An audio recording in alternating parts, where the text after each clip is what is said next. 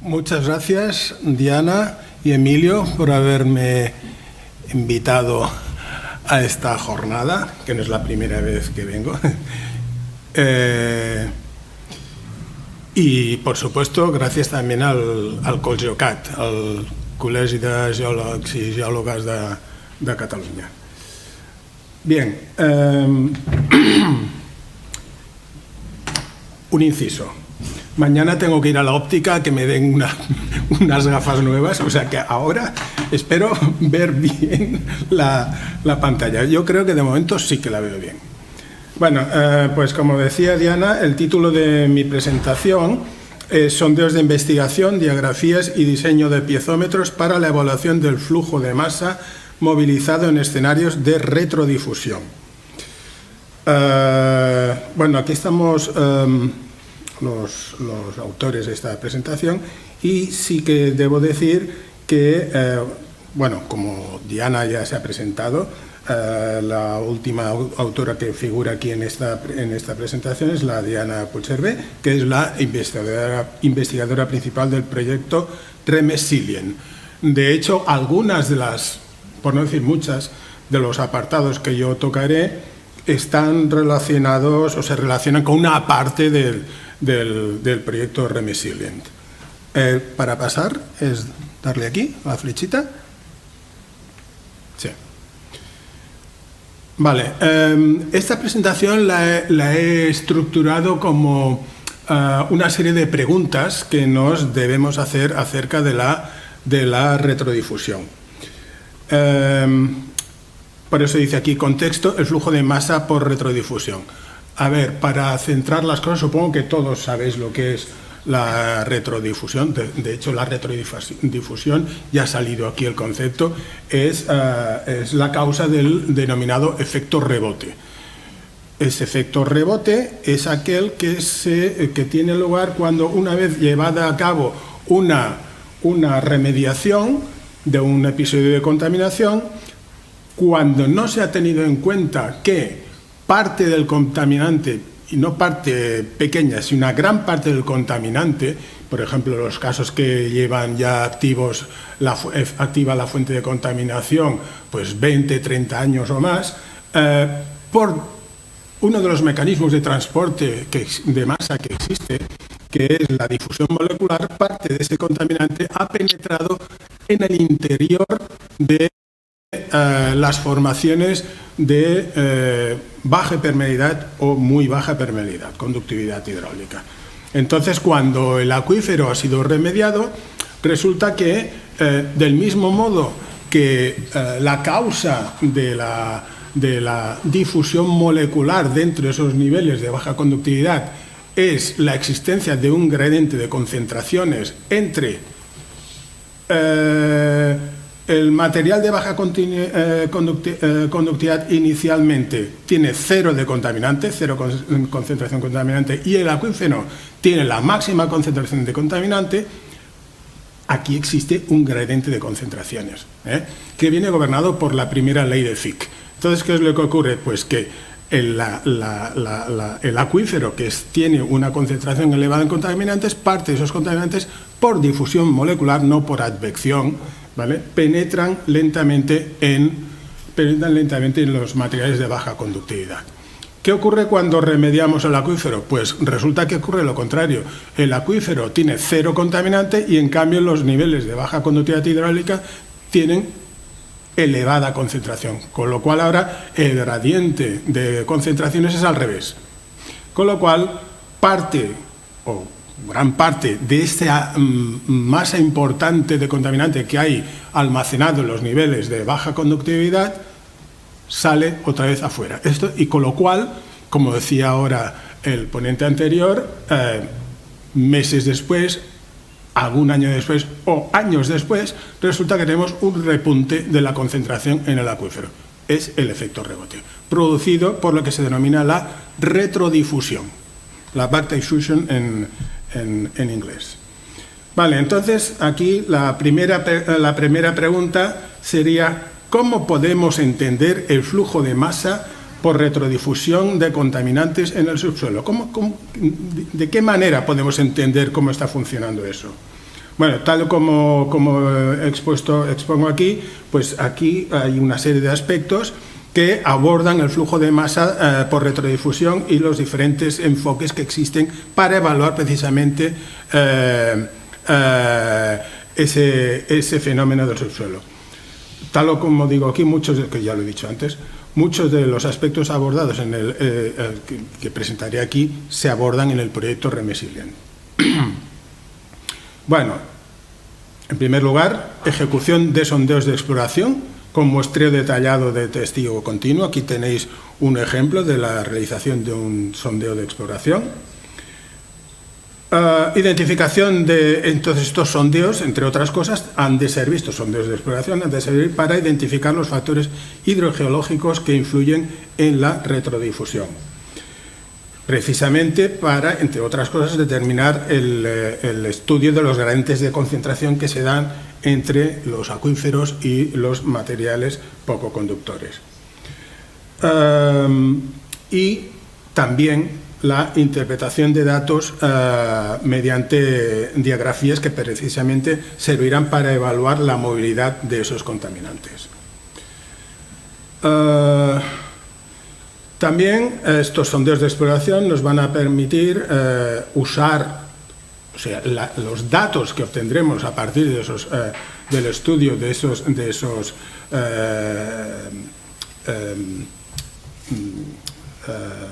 ya lo diré, sondeos de exploración, permitirá utilizar técnicas de modelado para simular el comportamiento del flujo de la masa por retrodifusión.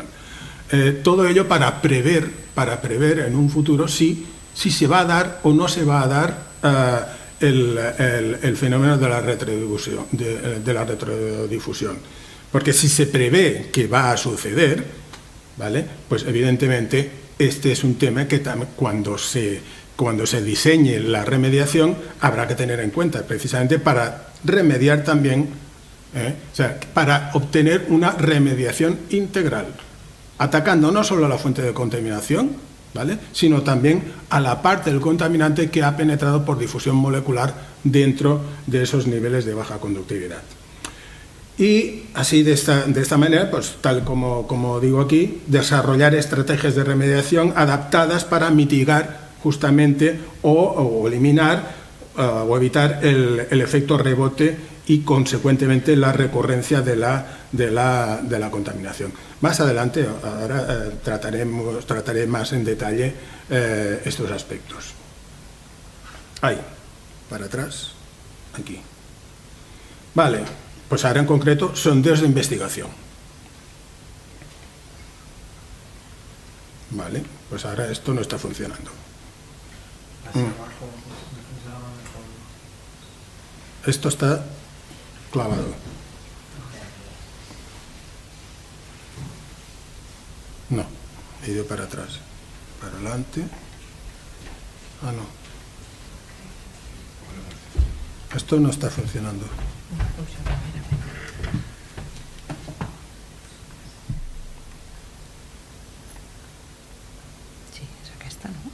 Sí, l'estic donant aquesta. Aquest és per avançar, aquest és per... Sí, no, ja m'ho imagino. Aquest el gran és per avançar, ¿no? Sí. Vale. Vale. Bueno, aquí tenemos la fotografía que tenéis aquí. Bueno, perdonad, vuelvo. Ahora en concreto voy a abordar el tema este de los sondeos de investigación. Aquí tenéis la foto, hay un ejemplo de nuestra propia investigación en la cual hemos sacado un testigo continuo de un episodio de contaminación y lo que estamos procediendo es a tomar, en este caso concreto, muestras de sedimento de un acuitardo,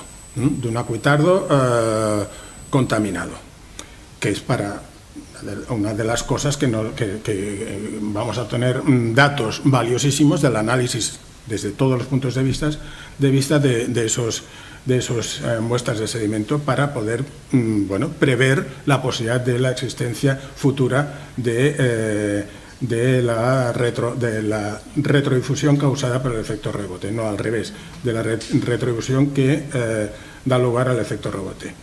Bien, estos sondeos, pues como decía, permiten recopilar toda esa serie de datos sobre los contaminantes en este caso, en una zona en que, con toda probabilidad, de hecho después se demostró que efectivamente había una gran cantidad de masa de contaminante almacenada en estos materiales.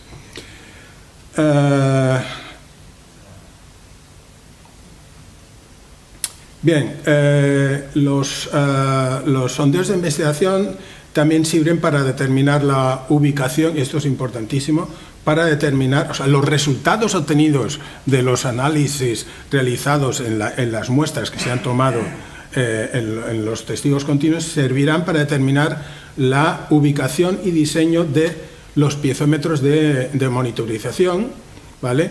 Y consecuentemente las variaciones en la concentración de contaminantes. Entonces, la interpretación de los resultados que se obtienen en los datos de estos sondeos, como he dicho al principio en el contexto, permitirán modelar el flujo de masa y prever los escenarios de retrodifusión. No. Si vuelvo para atrás.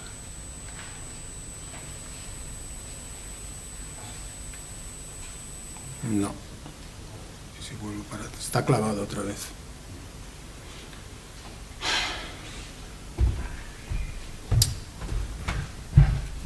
Està clavat. És que això és enrere. Això és enrere. Ja ho sé, Diana. Si és que no va ni per endavant ni cap enrere. És aquesta? Sí, és que... Sí, no va enrere. Bueno, perdonad, estoy perdiendo el hilo. Bueno, aquí hay el ejemplo, una fotografía ejemplo del muestreo de estos sondeos de investigación en la cual se destaca, si veis aquí esta tablilla, esta especie de pizarra, cada muestra, que son... Por ejemplo, en este ejemplo tomamos muestras incluso cada 5 centímetros en función de la importancia que tuviera para nosotros aquella zona del sondeo. Cada muestra se le escribe en esta pizarra la profundidad, etcétera, etcétera, y qué tipo de muestra es, y se hace la correspondiente fotografía.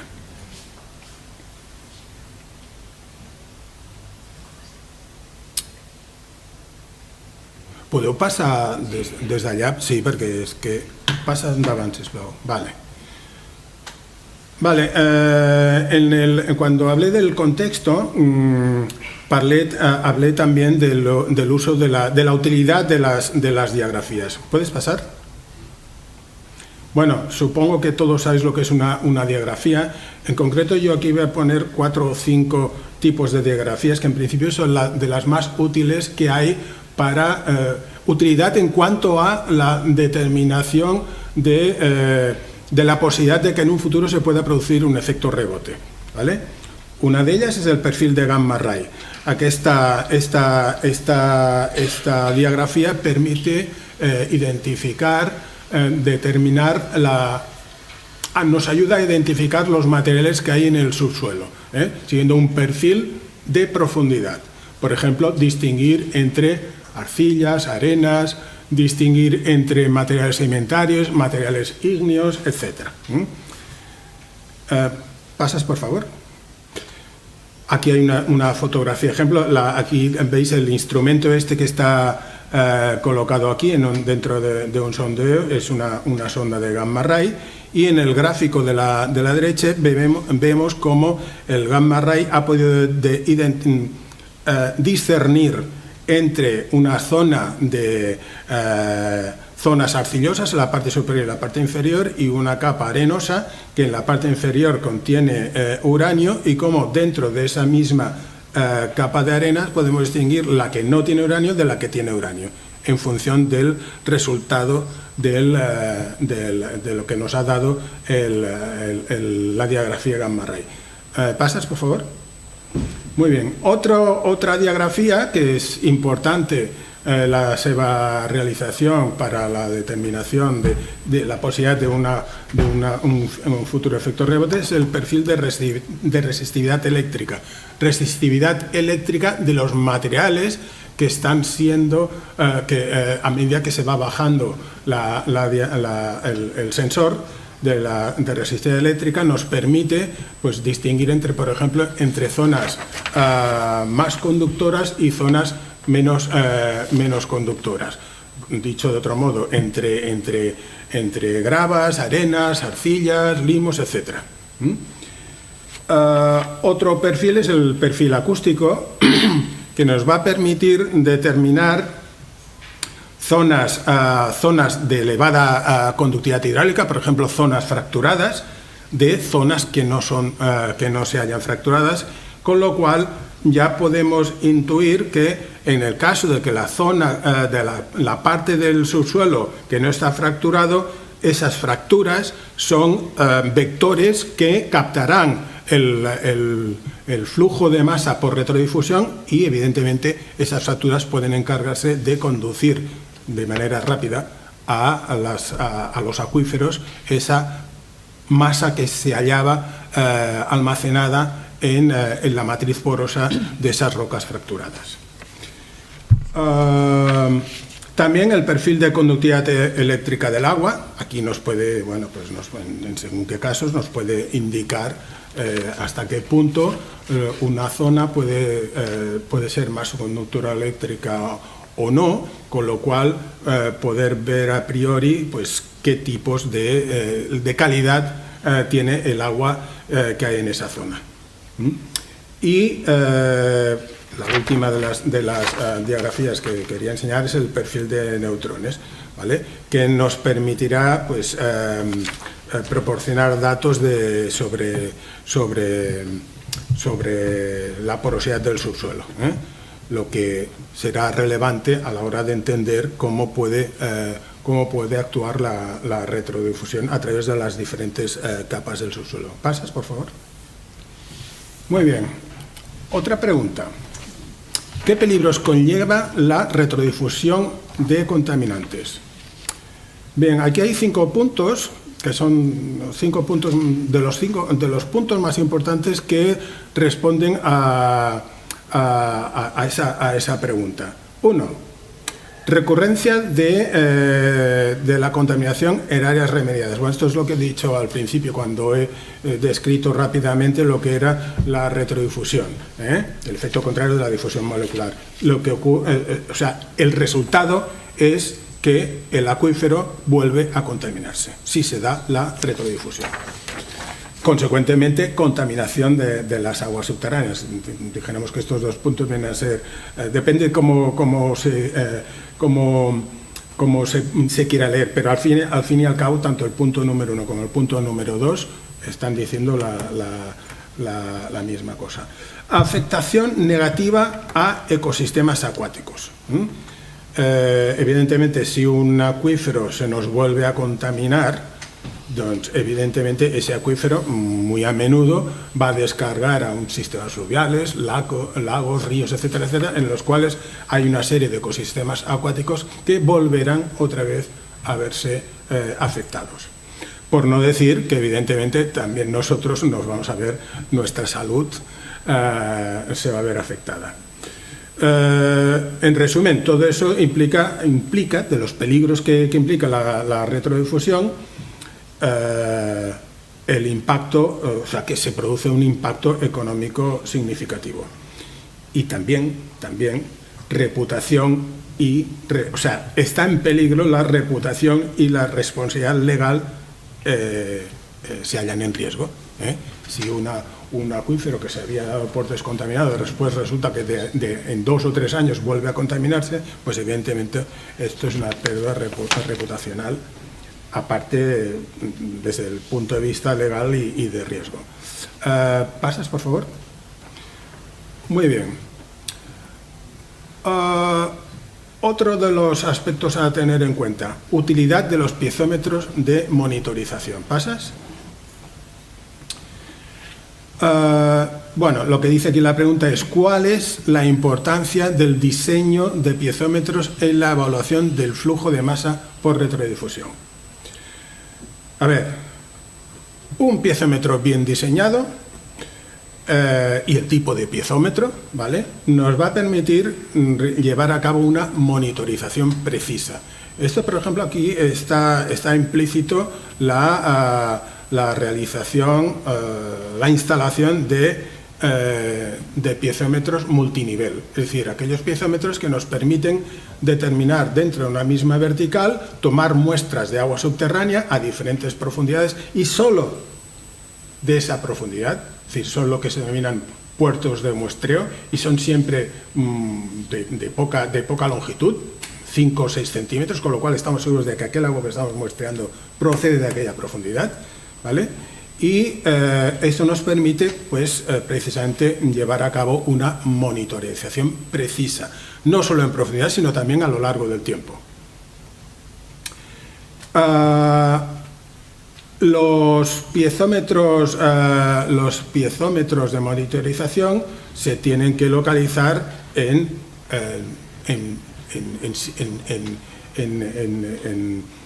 la localización del piezómetro de monitorización es estratégica. Es decir, se tienen que ubicar en aquellos puntos en los cuales estos piezómetros nos van a proporcionar más información en relación a los posibles efectos a los posibles casos de retrodifusión. Y durante la monitorización de la remediación y posteriormente a la remediación nos permitirán saber si realmente está teniendo lugar y a qué profundidades, a qué zonas dentro del subsuelo, del acuífero, se está produciendo este efecto rebote. Con lo cual también se tienen que ubicar esos piezómetros de monitorización a la profundidad adecuada, es decir, enfrente de lo que serían las fuentes de contaminación. Pero alerta, porque en este caso las fuentes de contaminación, ahora estamos suponiendo, ¿vale?, que el acuífero está remediado, con lo cual las fuentes de contaminación en este caso son los materiales de baja conductividad hidráulica en donde se ha almacenado una parte significativa de los compuestos contaminantes. Pero para todo esto, fijaos que se ha necesitado realizar los sondeos de investigación y toma de muestras de esos sondeos de investigación, toma de muestras, análisis, etcétera, etcétera, etcétera. ¿Pasas, por favor? Bueno, aquí tenéis un ejemplo de nuestra investigación. Esto es un sondeo, es un piezómetro multinivel con 7 puertos de muestreo. Evidentemente, con anterioridad a la instalación de este piezómetro multinivel, hubo la construcción, la perforación de un sondeo de investigación con toma de muestras de sedimentos, etcétera, etcétera. Entonces aquí, cada uno de estos gráficos son perfiles de profundidad en los cuales pues bueno, aquí en este ejemplo hemos representado es un episodio de contaminación por tricloretileno, ¿vale? Perdón, de percloretileno, pero que también ha dado lugar a tricloretileno, y también están mostrados aquí las especies redox sensibles, que nos permiten determinar cuáles son las condiciones redox a cada profundidad. ¿Pasas, por favor? Bueno, los piezómetros de monitorización, sobre todo los multinivel, nos permiten una detención temprana de una posible retrodifusión, ¿vale? Y eso que nos permiten integrar múltiples datos, tantos como puertos tenga el piezómetro multinivel, ¿vale? Como análisis a lo largo del tiempo en esos de las aguas subterráneas muestreadas. ¿Pasas, por favor? ¿Cómo se mitiga el efecto rebote? Dicho de otra manera, ¿Se puede mitigar el efecto rebote una vez que se ha producido o que estamos viendo que se está produciendo? Pasas, por favor. Bien, hay una serie de medidas que se pueden tomar para responder a esta pregunta. ¿Cómo podemos mitigar el efecto rebote y prevenir la retrodifusión en acuíferos remediados? Bueno, pues llevando a cabo, como he venido diciendo, una monitorización continua, es decir, mantener una monitorización constante de la calidad del agua subterránea para detectar signos de retrodifusión y efecto rebote. La implementación, si ya se está produciendo el efecto rebote, la implementación de barreras físicas. Específicamente, implementar aguas abajo de las fuentes de contaminación. Vuelvo a repetir, las fuentes de contaminación en este caso son los niveles de baja conductividad hidráulica cargados del contaminante. La implementación de medidas de contención como, por ejemplo, barreras semipermeables reactivas. Aquí he puesto barreras reactivas, en realidad son barreras semipermeables reactivas, justamente para evitar que esos contaminantes que están siendo retrofundidos queden paradas, queden detenidas y, en su caso, en función del tipo de contaminante que sea, evidentemente, puedan ser degradados en su totalidad dentro de la barrera. Y, claro, la última medida de mitigación pues es aplicación de técnicas de remediación avanzadas. Estas técnicas de remediación avanzadas, ¿vale? En realidad se trata de inyección de agentes reactivos justamente durante el proceso de remediación. Es decir, estos agentes están formando parte de la estrategia de remediación. Es decir, la remediación del acuífero es una remediación integral que prevé la posibilidad futura de retrodifusión. ¿Por qué? Porque previamente, gracias a los sondeos de exploración, ya hemos visto que es muy posible que tenga lugar la retrodifusión. Y por eso no solo hay que atacar la fuente inicial de descontaminación, sino la fuente secundaria que va a representar los niveles de baja conductividad hidráulica. Pero eso formando parte del mismo proceso de remediación. ¿Pasas, por favor? Vale. Implicaciones del estudio de flujo de masa por retrodifusión. ¿Pasas, por favor? Este es un título genérico de lo que viene ahora. La pregunta es, ¿qué implicaciones tiene el estudio del flujo de masa por retrodifusión y la gestión de la contaminación? En la gestión de la contaminación. Bueno, entender el flujo de masa por retrodifusión ayuda a planificar las estrategias de remediación más efectivas, considerando la posibilidad de la ocurrencia de la contaminación. Esto, de hecho, es lo que he dicho en el apartado anterior, dicho de otro modo. Evaluación del riesgo. Evidentemente, el estudio del flujo de masa por retrodifusión que se pueda dar permite hacer una evaluación del riesgo más precisa, asociadas entre los diferentes riesgos asociados a la contaminación del subsuelo. Diseño de sistemas de monitorización adecuados. Facilita, ¿vale? Es decir, el entender el por qué se da la retrodifusión nos facilita el diseño y la implementación de sistemas de monitorización adecuados para detectar la retrodifusión y, consecuentemente, la efectividad de las medidas de remediación. Ya veis que estas implicaciones están interrelacionadas unas con las otras, pero fijaos que para todo esto hacía falta al principio hacer los muestreos de los sondeos de exploración y después dejarlos instalados como piezómetros de monitorización. ¿Pasas, por favor? Siguiendo con estas implicaciones, otra implicación es el desarrollo de políticas y regulaciones. Es decir, este estudio contribuye al desarrollo de políticas y regulaciones más efectivas para la gestión de la contaminación del subsuelo, abordando específicamente el riesgo de la retrodifusión. Es decir, aquí dijéramos va más allá del tema científico, sino también de la gestión de los episodios de contaminación. Por eso es tan importante tener en cuenta el riesgo de retrodifusión. Y bueno, esta última pues también ayuda a la gestión de los recursos hídricos en general. ¿Pasas, por favor? No sé cómo estoy de tiempo. Fatal. Fatal.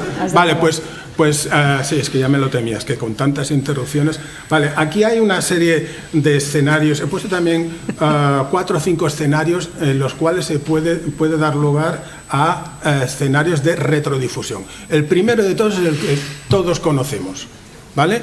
El medio granular, en contacto, en el cual hay un acuífero, ¿vale? Y por debajo, por encima, hay un nivel de baja conductividad. Con el tiempo, pues parte del contaminante penetra en el interior de esos niveles de baja conductividad y luego se produce un efecto rebote. Pero este efecto rebote también se puede producir por otros escenarios. Por ejemplo, en un medio fracturado y poroso, ¿vale? También se puede producir un acuífero contaminado en medio fracturado, parte del contaminante penetra dentro de la matriz porosa de la roca porosa y fracturada, ¿vale? Otro escenario sería en un caso de contaminación por compuestos orgánicos.